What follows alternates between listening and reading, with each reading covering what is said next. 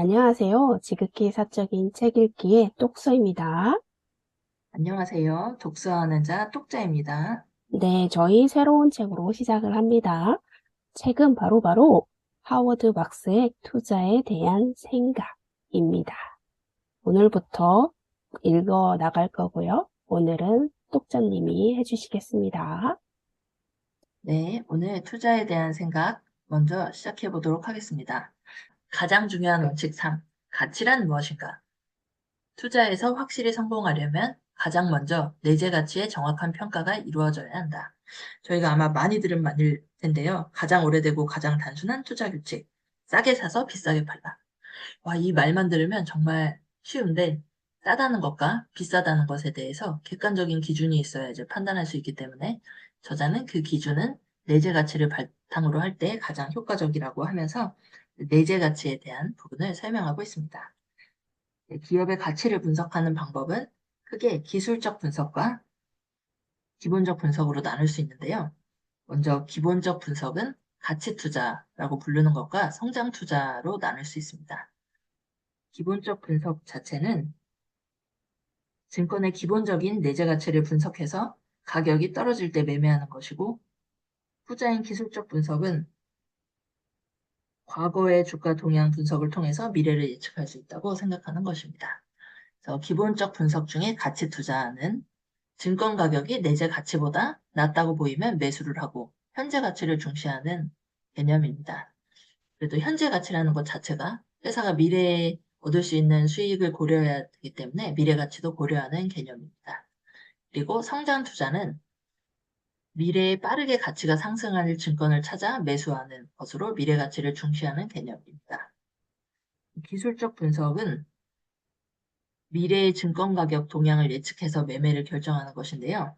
여기에서는 시카고 학파에서 나왔던 랜덤워크 가설이 과거 주가 동향은 미래 예측에 도움이 되지 않는다라는 그 가설을 통해서 이제 쇠퇴하였다고 하고 있습니다. 또 예시를 든 게 모멘텀 투자인데요. 상승 중인 것은 계속 상승세를 탄다는 가정하에 행동하기 때문에 하락장이 왔을 때 어렵고 영원히 지속되지 않는 것에는 결국 끝이 있기 마련이다. 라고 하고 있습니다. 이 모멘텀 투자라는 게 1998년부터 1999년에 데이 트레이더가 증가하면서 나왔던 것인데요. 이제 이거는 하루를 넘겨 포지션을 보유하는 법이 거의 없었고 손실이 발생할 수 있기 때문이었고 관찰 중인 주가가 몇 시간 후면 오를지 내릴지 하루에 몇 번씩 추측하고는 했다라고 합니다. 여기 하워드 막스가 얘기하기로 이런 식의 모멘텀 투자를 하고 싶은 사람은 또 이 투자는 예를 들어서 당일치기를 하면 10달러에 산 주식을 11달러에 팔면 성공적이라고 생각하는 건데 그 이런 투자를 했을 때 30달러의 수익을 올릴 수 있는 것을 10%인 3달러 수익에 그치는 실수를 하기 때문에 이제 이런 실수를 발견하지 못한 투자자라면 더 이상 책을 읽지 말기를 권하고 있습니다. 다음은 그래서 여기서 좀 중요하게 생각한 것은 저자는 기업의 가치 분석 방법 중에 기본적 분석에서 가치 투자를 중요하게 여긴다는 것이었습니다. 그래서 가치 투자는 내재 가치보다 싼 가격에 살 수 있을 때야 매입을 고려하는 것입니다. 여기서 이제 성장 투자의 극단적인 예를 들고 있는데요. 니프티 50이라고 미국의 이제 우량한 기업 50개에 투자하는 것이었고, 1968년 퍼스트 내셔널 시티뱅크의 포트폴리오를 설명하고 있습니다. 이 당시 저자가 이 시티뱅크를 다니고 있었기 때문에 아마 자세히 알고 있고 여기에서 큰 교훈을 얻었던 것으로 보입니다. 그래서 시티뱅크의 포트폴리오는 성장주 포트폴리오 위주였고 제약, 기술, 소비재 쪽에 치중되어 있었다고 합니다. 그래서 세부적인 회사명을 거론하고 있는데요. IBM, 제록스, 코닥, 폴라로이드, 머크, 일라이 릴리, 에이본, 코카콜라, 필립 모리스, 휴렛패커드, 모토로라처럼 인지도 높은 브랜드를 모두 성장 전망이 밝은 훌륭한 미국 기업에 포함시켜서 이제 50-50이라는 것으로 투자를 하고 있었습니다. 이 결과를 보면 20년 후에 코닥과 폴라로이드는 누구도 예측하지 못했던 과학기술의 발달로 사업의 근간이 큰 타격을 입었고 IBM이나 제록스 같이 움직임이 느린 큰 기업들은 새로운 경쟁자들에게 사냥하기 좋은 먹잇감 신세가 되었습니다. 그래서 이때 작성했던 시티뱅크 작성 미국 최고 기업 리스트는 42년 후인 2010년에 보았을 때 도태와 파산이 일어났고 성장과 성장에 대한 정확한 예측 능력의 한계를 보여주는 예시라고 합니다. 그래서 성장 투자는 미래에 이제 크게 상승할 종목을 집중하는 것이지만 현재보다 미래를 아는 것이 더 어렵고 성공률은 낮을 수밖에 없다. 하지만 그로 인해 얻는 것은 훨씬 많을 것이므로 상승 잠재력의 성장 투자에서는 훨씬 더 드라마틱하고 가치 투자에서는 상승 잠재력이 좀 더 지속적이다 라고 하고 있습니다. 그래서 허워드 막스는 가치를 더 중요하게 생각하기 때문에 가치 투자를 더 중점적으로 투자하고 있으며 이 책도 성장 드라마보다는 지속성인 가치를 중요시하고 있다고 하고 있습니다. 다음은 내재 가치의 정확한 평가에 대해 이야기하고 있는데요. 내재 가치는 지속적이고 이성적이며 잠재적으로 수익을 낼 수 있는 투자를 위해 꼭 필요한 기본 요소라고 합니다. 내재 가치를 설명하고 있는데요.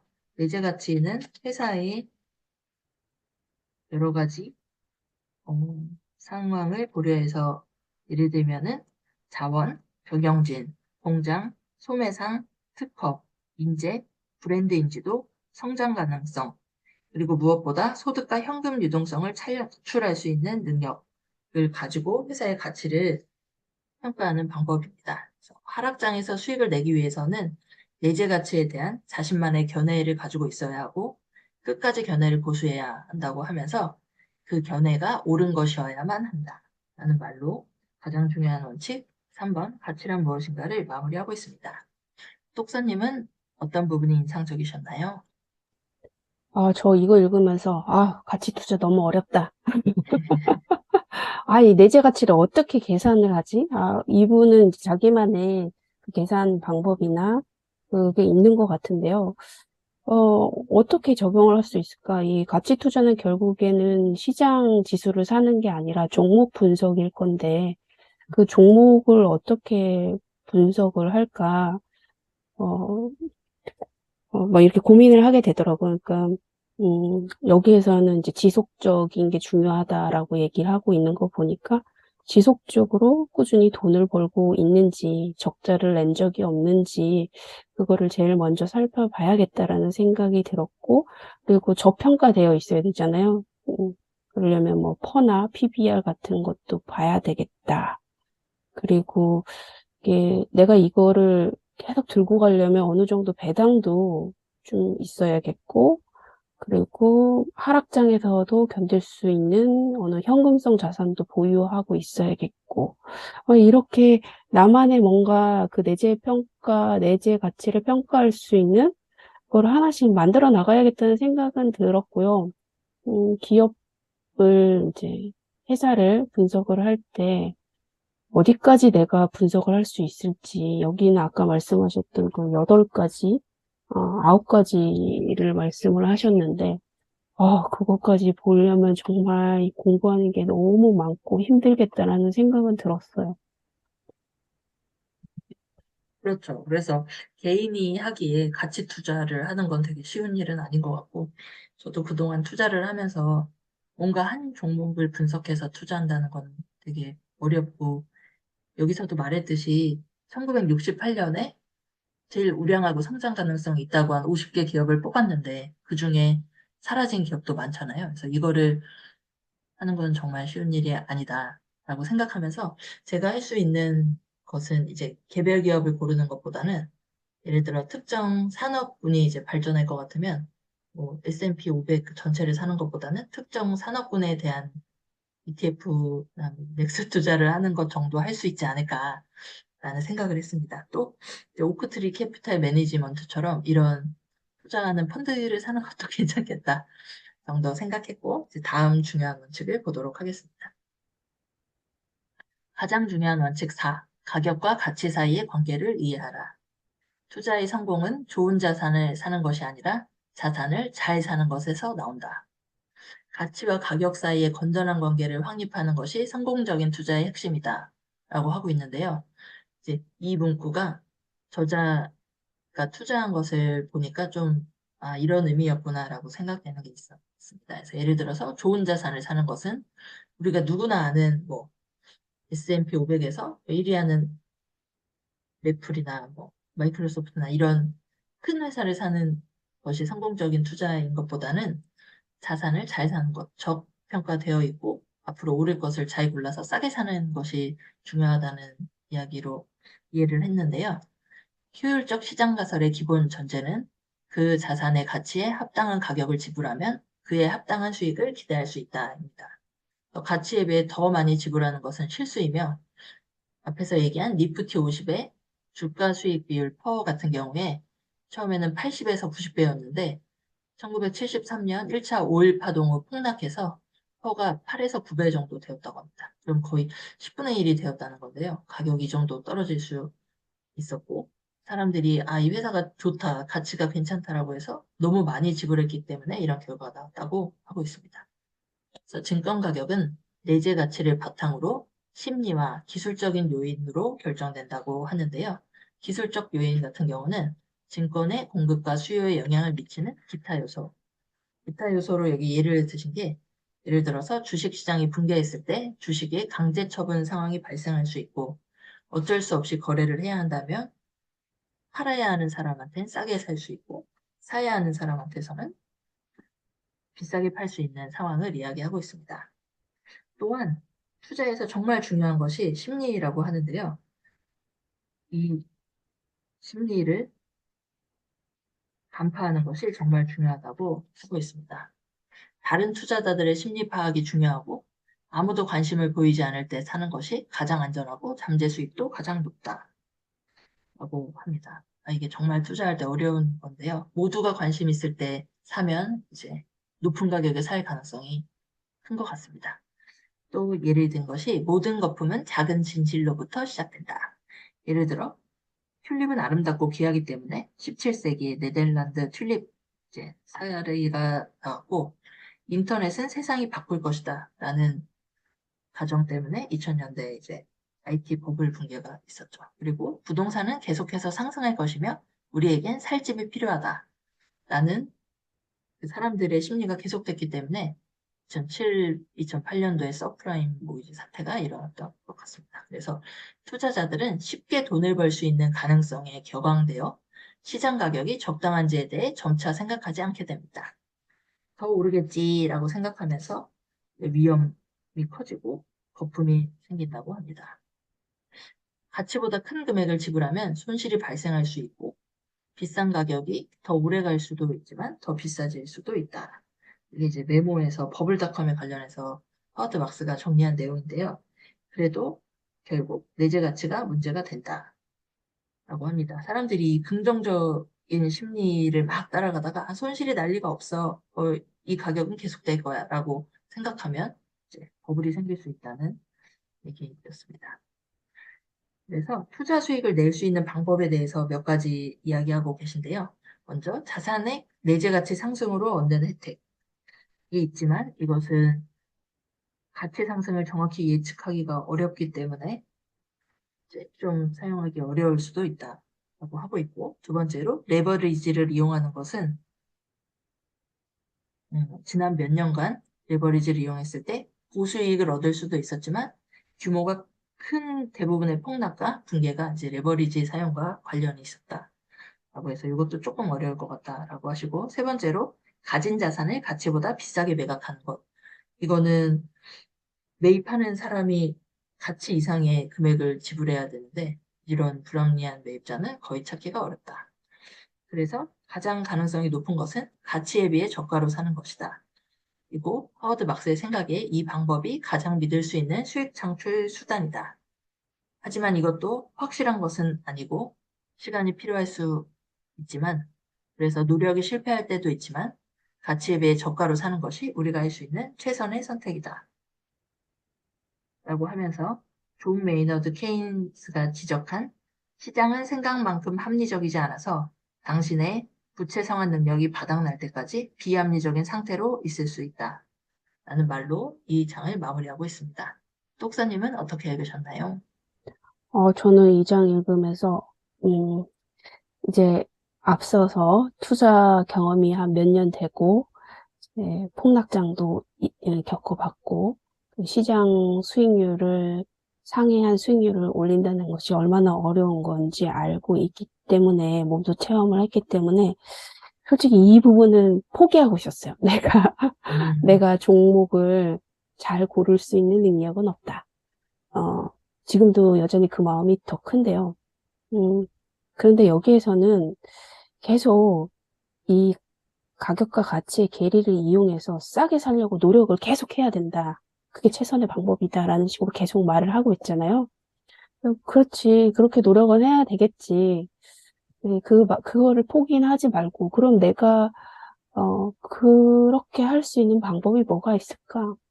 우선은 이제 내 나름대로 내재 가치가 있는 저평가된 기업을 잘 고르고 있다가 요즘같이 이제 폭락하고 있는 시기에 정말 시장이 막 무너졌을 때 그때 과감하게 매수를 할 수 있는 그 시기까지 잘 기다리는 것, 그게 내가 할 수 있는 방법이지 않을까?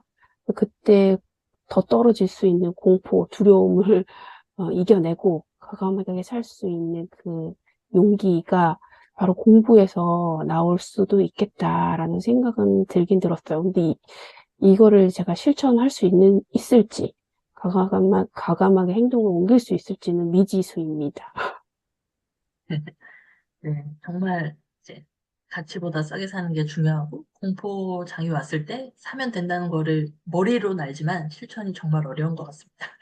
그래서 이렇게 같이 공부를 하면서 아 이런 게 기회구나 앞에 저자가 얘기한 것처럼 아 이렇게 생각할 수도 있구나라는 걸 저희가 이제 인지하고 있으면 좋은 투자를 할 수 있지 않을까 하는 생각을 해봅니다. 다음 가장 중요한 원칙 5번 리스크란 무엇인가입니다. 위험이란 일어날 일보다 더 많은 일이 일어날 수 있음을 의미한다. 엘로이 딤슨 런던 비즈니스 스쿨 교수가 얘기한 말인데요.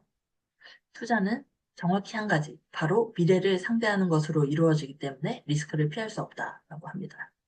장기간 성공하려면 리스크에 확실하게 대처해야 하기 때문에 먼저 1번 리스크를 이해하고 두 번째 리스크가 높을 때 그것을 인지하고 세 번째 리스크를 제어하는 것이 필요하기 때문에 이 장에서는 이 세 가지에 대해서 집중적으로 이야기하고 있습니다. 리스크와 수익은 비례하지 않는다. 위험한 투자일수록 수익도 확실히 크다면 이는 확실한 투자이지 위험한 투자가 아니기 때문이다. 라고 하는데요. 리스크가 증가하면 수익에 대한 불확실성과 손실 가능성이 증가하고 한다고 합니다. 그래서 여기서 몇 가지 뭐 표도 보여주시는데 여기 리스크와 수익 표를 보면 이제 저희가 아마 볼 수 있는 선형으로 하는 그냥 일반적으로 상승하는 우상향 그래프가 그려져 있습니다. 그래서 이렇게 리스크가 높을수록 수익을 많이 보장해야 이제 사람들이 사기 때문에 리스크는 이렇게 정비례한다고 일반적으로 좀 가정하기도 하지만 실제 그래프는 다르기 때문에 이제 투자 성과가 나뉜다고 하면서 여기 리스크와 수익 표를 그려놓은 게 있는데 리스크가 이제 올라갈수록 손실 가능성이 커집니다. 그래서 수익의 확률 분포는 가능한 모든 확률 번수보다 더 넓다. 그래서 기대 수익이 증가하면 수익이 하락할 가능성도 있으며 또한 경우에 따라서는 손실 가능성도 있다.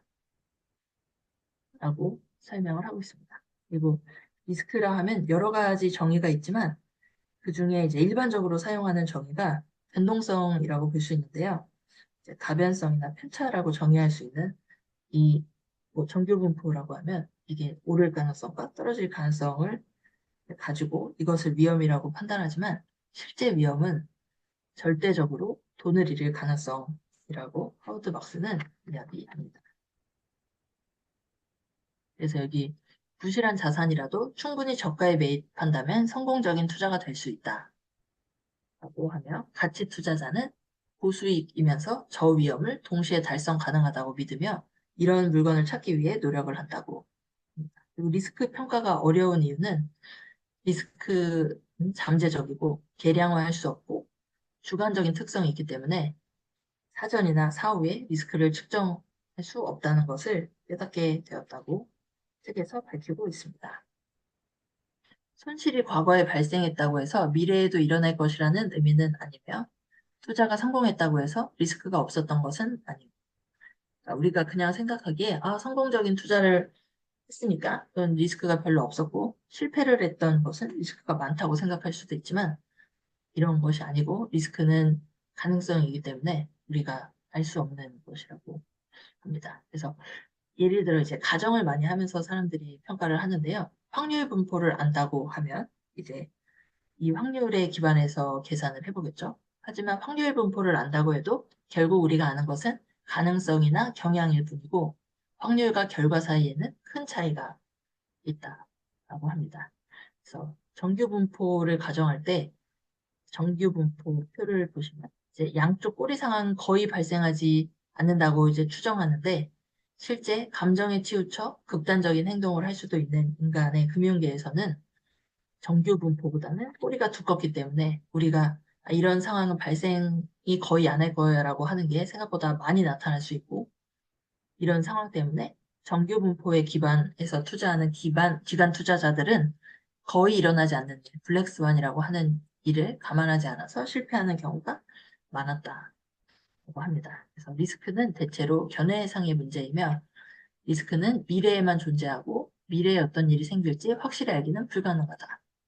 그래서 리스크가 때로는 일어나지 않을 것 같은 상황이 발생하기도 하고 미래가 과거와 같기를 기대하고 변화 가능성을 과소평가하는 것은 위험하다고 합니다. 그리고 최악의 경우란 어쩌면 과거에 우리가 본 것 중에서 최악을 의미하는 건지도 모르고 세상 일은 앞으로 더 나빠질 수도 있다라고 하면서 리스크에 대해서 설명을 하고 있습니다. 저는 이 부분을 읽으면서 최근에 읽었던 무버나우젤의 그 돈의 심리학이라는 책이 좀 생각이 났는데요. 그 책에서 읽었던 것이 이제 하워드 막스의 원칙을 참고했을 수도 있겠다라는 생각을 했습니다. 똑사님은 리스크란 무엇인가 어떻게 보셨나요? 네, 저도 이 책 읽으면서 그 모건 하우절의 돈의 심리학과 불변의 법칙 이 두 개가 생각이 났어요. 거기서는 리스크를 우리가 예측할 수 없는 전혀 예측할 수 없는 것이 리스크다라는 말을 하거든요. 그러니까 이 리스크를 우리가 예상을 해서 이거를 대비를 할 수 없다. 이것도 그렇게 역시 말을 하고 있거든요. 근데 그래서 여기에서 리스크를 돈을 잃을 가능성이라는 말을 하고 있잖아요. 그래서 우리가 예측을 할 수 없는데 그거에 대해서 어떻게 대비를 할 수 있을까? 근데 대비는 해야 되겠고 뭐 이런저런 생각을 하니까 저는 이 장을 읽으면서 리스크 부분 읽으면서 자산 배분 원칙이 제일 이 리스크를 대비할 수 있는 방법이지 않을까라는 생각은 들었어요. 뭐 앞서서 얘기했던 내재 가치를 평가해서 저평가된 종목을 사거나 이런 것도 있지만 이런 리스크를 대비하기 위해서 서로 반대되는 자산을 어, 매입을 해놓으면 뭔가 리스크가 일어났을 때 그 반대되는 자산은 튀어오르고 그러니까 평균은 어느 정도 맞춰지면서 돈 잃을 가능성은 낮춰줄 수는 있겠다라는 생각은 들긴 들더라고요. 그러니까 이거를 어떻게 나한테 적용할 수 있을까라는 생각을 하면서 읽으니까 그래도 조금 내가 어떻게 투자해야 되는지 좀 방향은 잡혀 나간다는 생각은 들긴 들더라고요. 그래서 계속 이렇게 좀 읽어 나가야겠다. 공부는 계속 해야겠다라는 생각은 들었어요. 네, 다음 오늘 볼 마지막 가장 중요한 원칙 6, 리스크를 인식하라를 보겠습니다. 금융 시스템이 지금은 더 안정적이라는 이유로 사람들은 레버리지와 리스크 감수를 늘릴 것이고 그로 인해 금융 시스템의 안정성은 다시 감소할 것임에 틀림없다. 마이런 숄즈 노벨 경제학상 수상자가 한 얘기인데요. 리스크란 어떤 결과가 발생할 것인지 그리고 원치 않는 결과가 나왔을 때 손실 가능성은 얼마인지에 대해 불확실한 것입니다. 그래서 가치 투자자들은 높은 리스크와 낮은 예상 수익은 동전의 양면일 뿐이며 둘 다 가격이 높은 데서 비롯하는 것으로 생각한다. 그래서 실제 가치보다 가격이 낮은 것을 사는 것을 중요하고요. 여기서 하워드 막스가 메모로 이제 투자자들한테 중요하다고 생각하는 것을 말해 주는데요. 투자자들이 리스크를 두려워하는 것과 그에 대해 보상을 바라는 것을 잊지 않기를 바라며 우리는 이를 계속 유념해야 한다. 또 시장이 너무 호황일 때는 사람들이 이 가격이 적정한지 리스크는 어느 정도인지를 고려하지 않고 그냥 그 상승 기차에 타서 이제 리스크가 없다고 좀 긍정적인 평가를 할 수 있는데 이제 이렇게 같이 책을 읽는 우리들은 리스크에 대해서 항상 인식을 하고 리스크에 대한 보상이 있는 투자를 해야 하며 이를 계속 유념하기를 강조하고 있습니다. 2005년부터 2007년에 그 리스크가 사라졌다는 믿음이 거품 수준의 가격 상승을 초래했고 이 사람들은 이제 리스크가 낮은 세상에 살고 있다고 믿었기 때문에 이런 것들이 좀 커져가지고 2008년에 서프라임 모기지가 발생했다는 이야기인데요. 이 리스크가 사라졌다는 착각은 리스크를 발생시키는 가장 위험한 원인 중에 하나이며 거품을 발생시키는데도 주도적인 역할을 한다고 합니다. 투자 의사결정 프로세스를 이제 2004년에 설명한 글을 책에 싣고 있는데요. 리스크와 수익에 있어서 예를 들어 만기 30일 국채가 4%라고 하면 10년 만기채는 6%를 받아야 하고 S&P 있는 주식은 10%가 적정하고 부동산은 수익률이 15%를 기대하고 벤처 캐피탈은 30%를 기대한다고 했을 때 이제 이게 리스크와 수익의 관계의 표인데요.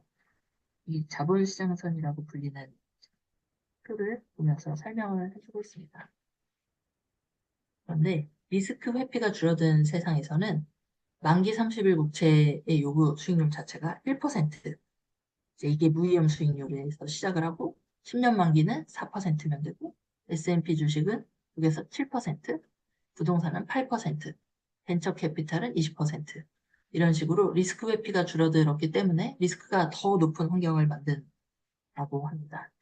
그래서 2007년 중반에 긍정적인 상황 전개로 경기가 상승하면서 쉽게 회복하는 경향을 보였는데 이는 이제 4년 반 동안 투자자에게 평온한 시기로 느껴졌고 그 상태가 지속될 것이라고 사람들이 생각을 했는데 이제 이렇지 않았고 2008년에 서프라임 모기지 사태가 생겼죠. 그래서 이런 긍정적인 상황, 평온한 시간 뒤에 위기가 나타날 수 있다고 하면서 메모에서 워렌 버핏의 말을 인용하는데요. 어릴 때만 누가 벌거벗고 수영하는지 알 수 있다는 것이다.